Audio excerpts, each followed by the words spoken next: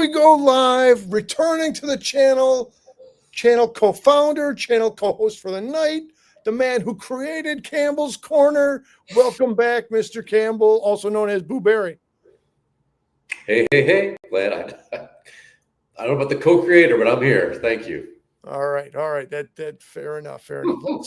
Let's go to our opening animation, a combination of Chi-Star Studios and internal. That goes by so quick. Let's see. There's Mr. C diving with his rubber chicken, swimming past all the creatures. A little bit symbolic of the business we're about. Oh, I hit it a third time. I didn't mean to go three, but there we go. Third and final. There we are. That's symbolic of the show we're about to do. Let's come to comments. Speaking of Chi-Star, wouldn't be a show without Chi-Star saying let's go. Wouldn't be inaccurate. It would be completely accurate for Chi-Star to say seems like forever. It has been a good minute. I do believe Chi-Star, you might go back and see I did put on the wig and the hat and per your encouragement to do a little Svengoolie bit not that long ago. But it's been a minute since we've had Jim Campbell around. Mr. Campbell, what brings us together this evening? What have we been texting about? What are we looking to show the show? We are looking at the Neca Universal Monsters that I believe dropped very recently. There's 4 of them. There's 4 of them in the pack. Creature of the Black Lagoon. Yes. We like lagoons around here. Lagoon. Fan of the Opera, Invisible Man, and did I say The Bride of Frankenstein? Oh, there they are all right behind me. We'll pull them up in a minute. We'll do we'll look at the packaging art. We'll look at the character history. Before I do that, I want to revisit our hour, and by hour I mean my greatest technical. Oh, wait a minute. Always a pleasure to have the Mandarin join us. Yo, Mandarin. Wow. It is go to. So Mandarin, I'm just about to pull up my greatest foolishness that again, I had tried to adjust the link. So I sent Mr. Campbell, I sent Jim the original link, but then I had trouble with the thumbnail. So then I did a second link, but so let's revisit our great highlight of that time. Let's come over here. Let me be over here then. Oh, let's go right here and just play a little of our channel 2 years ago with an ego review. So I thought this would be a good, some good stuff for us to get into. 2 years. All right. So guest of honor, Mr. Campbell, who of these Toony? All right. The same topic last time, the same topic now. The Toony Terrors. Let us bring us back to current from the history. Let's see. So Mandarin, of course, is saying, "Big Jim Campbell, what's up, bro?" Okay. The Mandarin. All right, and we got a decent number of people along for the ride with us, and now I feel like we should get to the actual content. I'm surprised by how many viewers we have at this moment, but I'm pleased for that. So by coincidence, we didn't pre-plan to go on the weekend of the 100th anniversary of the 1925 movie of the Phantom of the Opera, but since the Phantom of the Opera is one of the 4 figures that we'll be looking at, we'll get to that. But as we did last time, amongst our four reveals, Mr. Campbell, who do we pull first? I'd say the Invisible Man. All right, Invisible Man. Let me make him visible to all. All right, as here, let me zero in on this for a minute, so we can. Okay, and again, always trying to adjust for glare. So let's get to the castle art in the package. Good stuff. Let's come over here. We can see they have the accessories, a secondary headpiece attachment, wearing the scarf and the hat. It's all good. Now, look at this overcoat. Look at this trench coat. Again, he's got some potion in there as well. His boots are really good. I don't know if the boots are conveying well, but the colors on the trench coat, I'm really liking the trench coat. I was trying to compare this maybe to the other characters, and so I do like the Invisible Man, but I have a little bit more sentimental attachment to your Frankenstein, your Dracula, your Wolfman.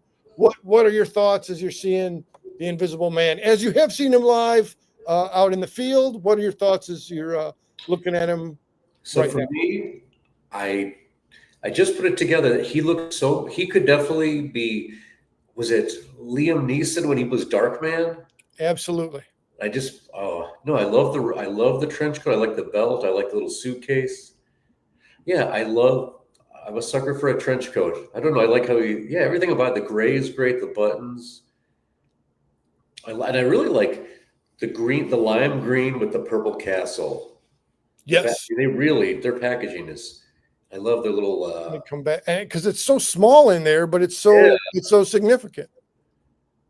oh, it's Let me excellent. come to the back of the box for the box art on the back. Obviously, the Invisible Man came to us by chemical means. So there's his, again, the left and right orientation. There's his books.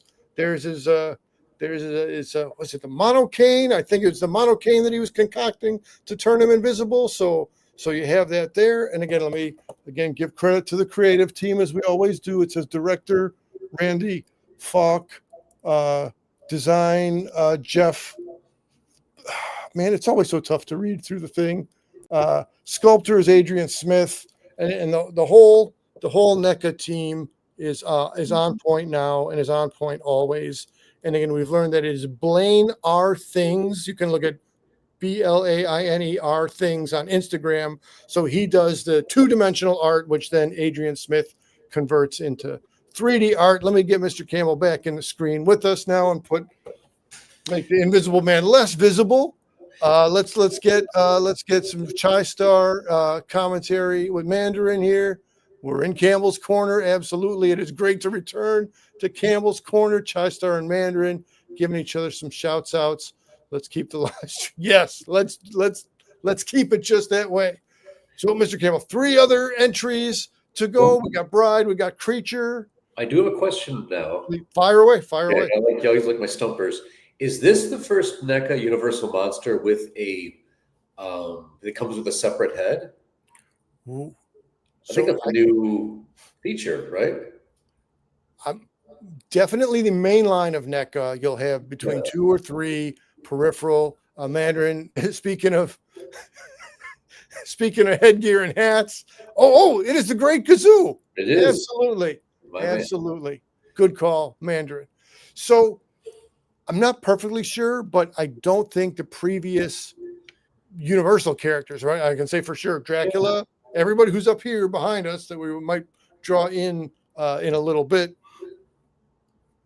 All those characters definitely just have one singular attached head. So this might be a new, or at least a newer feature to the Toony Terrors.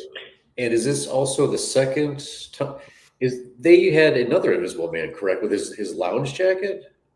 So I don't think that was through Toony Terrors, though. I think that was through the various different lines of NECA. And so, yes, absolutely. And that's one of the ones with multiple interchangeable heads. And those are, of course, considered top of the line.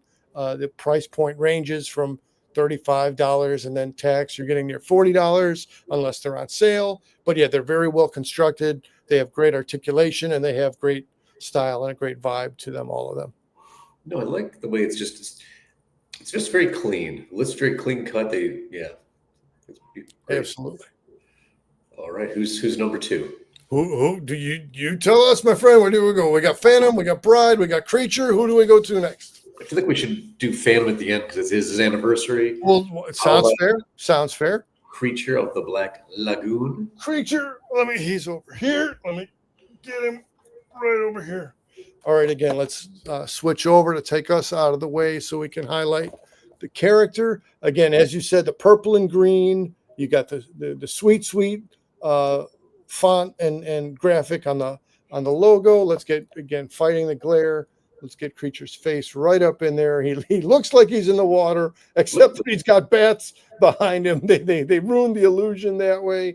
Those Mick Jagger Rolling Stone lips are out of control. This has to be the most Mick Jagger of all the Toony Terrors, of all the NECA characters. And again, the debate, does Creature sometimes show fangs or not show fangs? We're looking like no fangs on this edition of him. But again, talking color palette. So for accessory pieces, there's the singular claw that from the opening of the movie, that which the archaeologist teams team finds embedded in the wall, which then leads them to seek out the actual creature. But again, we got a good blending of some proper, we got at least 3 different kinds of green here. We got some other tones working. Back of the box for creature, at least there. He might have bats with him inside the box, but at least over here, he's got tree branch and some swamp and some lagoon to hang out in. I love the webbed hands. Let me get good on the Webbed hands for me are just great. I mean, yeah. And what are those like? Fin? Is his body like scale? This how they do the scales and everything, like the overlap. Absolutely scaly. Yeah, I love it. His eyes look a little bulgy. Let me see how well we can capture the but absolutely that. Yes. Wow. They really do a great job. They do. And again, the main line is supposed to be more screen realistic, and this is supposed to be more cartoony and fun, and they achieve well in both endeavors. All right, well, I'd ask who to pick, but we already kind of gave it away. If we're going to save Phantom last because of his 100th anniversary. Speaking of the interchangeable head accessory here, let's get in good and close on the bride. The one face kind of says none shall pass. The other face kind of says get me out of this. I'm not here to entertain or amuse Frankenstein proper himself. Her classic white stripes in her hair is definitely on highlight here and definitely showing her fresh off the lab table gown right there and her bandages. Not so much for an extra accessory down in the bottom of the box for her. Let's see in the back, the lab from which she came looks a little bit like the actual Kenneth Strickfaden materials from the movie. Looks a little bit like J-Spy 25 on the 3D printer materials. Yeah. Your observations on the bride herself, Mr. King? It's amazing that even though it's a cartoon, they really captured I don't know, just the famous picture of her with those crazy, like, wow. Yeah, they really captured that great, like the likeness of her. Even though it's a character, it's cartoony, they really captured it. I mean, if you didn't see the hair, I think you'd realize who it was. Can I try to obscure the hair? Not without obscuring the rest of her also. I don't have that. Do you know what? Why? Okay, I know it's a sequel to Frankenstein, but why? Do you know why they chose that? Like, did he need a girl? Was that a plot point in the first movie that he needed? Did he need a beauty to tame his crazy ways or something? I don't remember why. Well, yeah, as was in the original Mary Shelley, and then got wildly reinterpreted to the Universal movie as the creature, as he was known. Right, the whole debate: is he Frankenstein? Is he Frankenstein's monster? The entity which became animated on the operation table of Dr. Frankenstein began to communicate more and express loneliness, and he said he wanted to have a friend built for him or brought to life for him. So that's the origins of how the bride got some screen time. No, because I was thinking, are the Universal monsters, are there other female versions of, like, I don't think there's a female werewolf or a female. Is there Bride of Dracula? I think so. Bride of Dracula, not so much. The Daughter of Dracula, I guess, did not box office very well. It's been well regarded then in the horror fan community or in a cinematographer community of all the face value and all the subtext within the movie as being really avant-garde for its time, but it just didn't bring in the big dollars.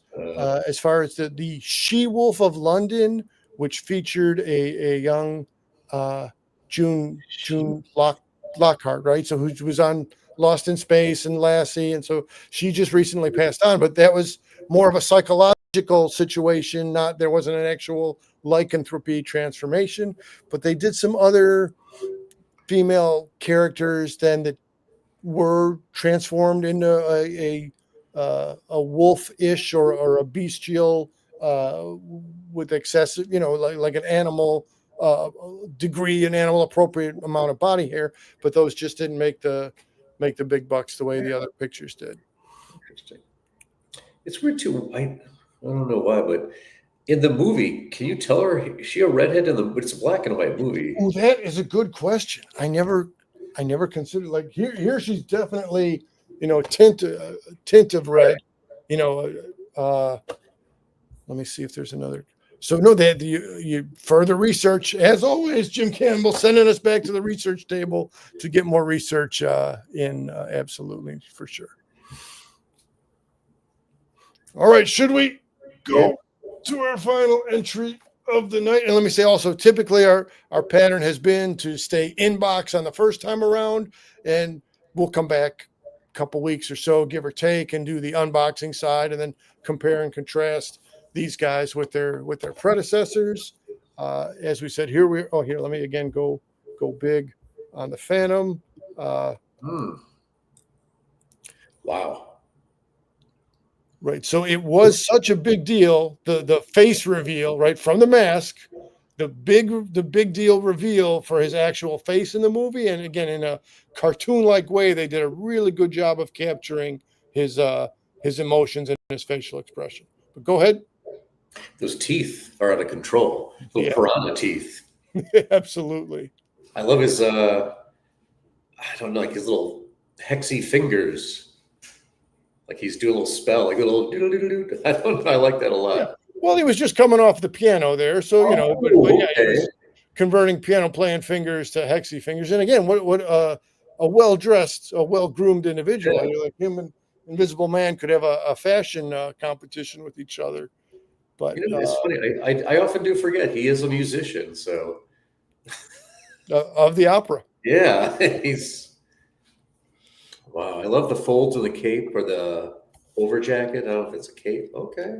Yep. Let me come back to it's trying to again hit every angle that we can on the inbox format. And again, once we take them out of the box, we'll give them a full 360 and get a. But even his pointy toes there, it's a man of class to have a dress shoe as such. And of course the catacombs under the opera house, the stairway leading down into the lower dwellings of the opera house there. So excellent. All right, let me just do a little, and then we'll do our rankings 1 through 4 of who is maybe top best in show or So let me again reference the Universal Monster Studios Legacy of Horror book. So if somebody who's looking for further reading on, where'd he go? Wrong side. Here he is. For somebody who's looking at further reading on the actual Phantom, I definitely give a strong recommendation for this one. And then also we'll do one more book reference here real quick. Michael Mallory is the author or editor behind both of these books. And this one is Essential Horror Movies. And let me, again, there's a, get him right in. Look at, wow, it's a silent movie, so they had to convey a lot of things through the look instead of the words. So credit to the Phantom for kicking around for 100 years on the underbelly of the opera house and in the cultural zeitgeist. All right, so no pressure just because it's anniversary. He doesn't need to be top ranked. But who do you give a who's the least of your favorites, and then who's in increasing scale? Who do you like next best, and so on? I would say my fourth in show would be Bride of Frankenstein. Ooh, all right, Bride. Yeah, for some reason. Yeah, I don't know. That dress looks a little. I don't know. She never did it for me. I guess that's why. Okay. Although she does remember that girl from the Rocky Horror Picture Show. Yeah, there's got to be some borrowing from there, no question. Sure. I'd say my third in show. It's a tough one. I would say Creature of the Black Lagoon. Creature goes 3. All right, now the showdown. Let me. Okay. I'd say my second to last would be Invisible Man, even though I really like that he's pretty much, if you were a big Dark Man fan, Yeah, that is absolutely the look. And so my number one would definitely be the little hands really make Phantom of the Opera with the winner for me. The little piano playing hand, right? Just the personality conveyed by. Yeah, and he's just there's something really silly about him, even though he's scary. And there's the eyes. I love how he's kind of slanted. He's like looking to the left. Yeah, so and it's kismet that it's the anniversary. So yeah, and he's a musician. That was all he knew. Obsession and music. That was his only act. I'm gonna go. Who do you? I'm gonna go Invisible Man on the entry level spot. Again, I'm not doing this for shock value to surprise people, but I understand it's supposed to be cartoonish, but no, I don't see. I can't even. I'm gonna go. I'm gonna go Bride for third place. I'll go Creature 2, and you sold me on Phantom, and it is his anniversary, so I'll go Phantom 1. I'm not for sure you'd say Creature because I know you've got a soft spot for Creature. That's your main guy, right? I do, and let me tell you. And again, by its design, it's supposed to be the cartoony style of it. I don't know. I hesitate to try to explain it. Maybe I'm just trying to not to over obsess on the Creature, but that's where we are. As we're winding down, I would say we also had a good outing at the. Do you care to speak, Mr. Kim, on the former convention that was our most recent face-to-face meetup and matchup? Was that 3 weeks ago? Something like that. Okay, we were at the TF Con. It wrote, what is it, the Crown, Royal Crown? I can't remember. Royal Crown. That's a soda. What am I talking about? Crown Plaza, right? Yes. Okay. Right there in the Rosemont. That's one of my favorite conventions. Everything Transformer, and a lot of voice actors show up, a lot of arts, vendors galore, and they always finish out the weekend with a showing of is it 1985 the movie came out? I can't remember, but yeah, that is the last time I saw Mr. C. It was a good time. I thought it was cool to see some of the comic creators, not Ralph Macchio, the Karate Kid actor, but Ralph Macchio attached to Marvel Comics, who was working on the Transformers comics. So to see some different faces in Artist Alley that I'm used to seeing in the other conventions in Artist Alley, pretty cool. Hang on, Mandarin's got some comments here that I was now that are going to take it out of the box. So we're going to stay MIB for now, Mandarin, and that's maybe supposed to be the invitation to come back again around next time. We will unbox them in the future and then do the whole cast of the previous editions. We got your Vincent Price, we got your Elvira, we got your Vampira, and of course the big four: Frankenstein, Dracula, Wolfman, Mummy. They're all right there. So we'll get the whole gang together coming up soon. And then I did catch all the rest of Mandarins. Why is it we've known Mandarin? The longer we get to know him, there's more questions. I feel we know even less about him. It's more confusing than when we've. I mean, how long has it been? Well, I'd have to check this timestamps, but it's over. It's a couple of years now. We've been hanging out with Mandarin vicariously, or rather, internetly. And is anyone just solving the mystery, or are we even further from finding out now? I think that's part of the nature of the Mandarin, is that we're not even supposed to be able to answer that question. We can only approach the question. Yeah. And again, to recall, Mandarin did find the group of us at C2E2 in the calendar year 2025 for this year past C2E2, and Mandarin slyly identified us without identifying himself. So he remains the most Mandarin as Chai Star is dropping in. Mandarin is the man of mystery. Did he drop a card in your pocket just so you got home? You're like, I could have got you, but I let you go. Well, he dropped the card in the comments section because then he described exactly where Chai Star was sitting during the Svengoolie panel and all of that stuff. That's so... that. I mean, I don't know if I'd have the restraint. I got to say, Mandarin was both excellent at his craft and then also having a lot of layers to the airs of mystery around the Mandarin. Truly, truly amazing. All right. Well, we'll be back again sometime soon with some year-end 2025 highlights and some unboxing and all this stuff. Always a pleasure to have Mr. Campbell around. Before we close, I just as a guess if I open with pointing out my foible of my technical error there. Oh, now let me come back and share screen. I did want to point out that on a previous outing with Mr. Campbell, we did get it right, and so there we are, equal size on the screen at that time, breaking down the Mego characters. So if you're looking for our back playlist there, we're good on Migos, we're good on Toony Terrors, we're good on conventions. We try to now I'm putting myself in a tab place. I cancel this. Okay. Mandarin says, thank you so much for liking the video, Mandarin. You like the video, we like you. It's good to reconnect with you. I'm going to close this out for the night. Much appreciate any closing words from Mr. Campbell before we close it out.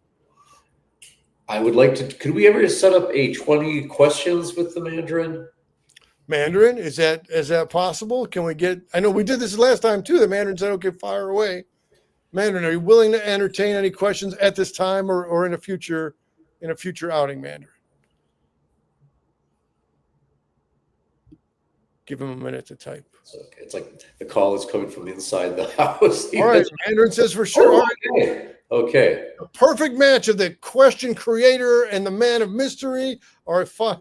Later. Okay, later it will be. On that note, we will take the Mandarin's lead and close out for tonight. We will be back in the near future with some highlights 2025 and maybe the mystery of the Mandarin.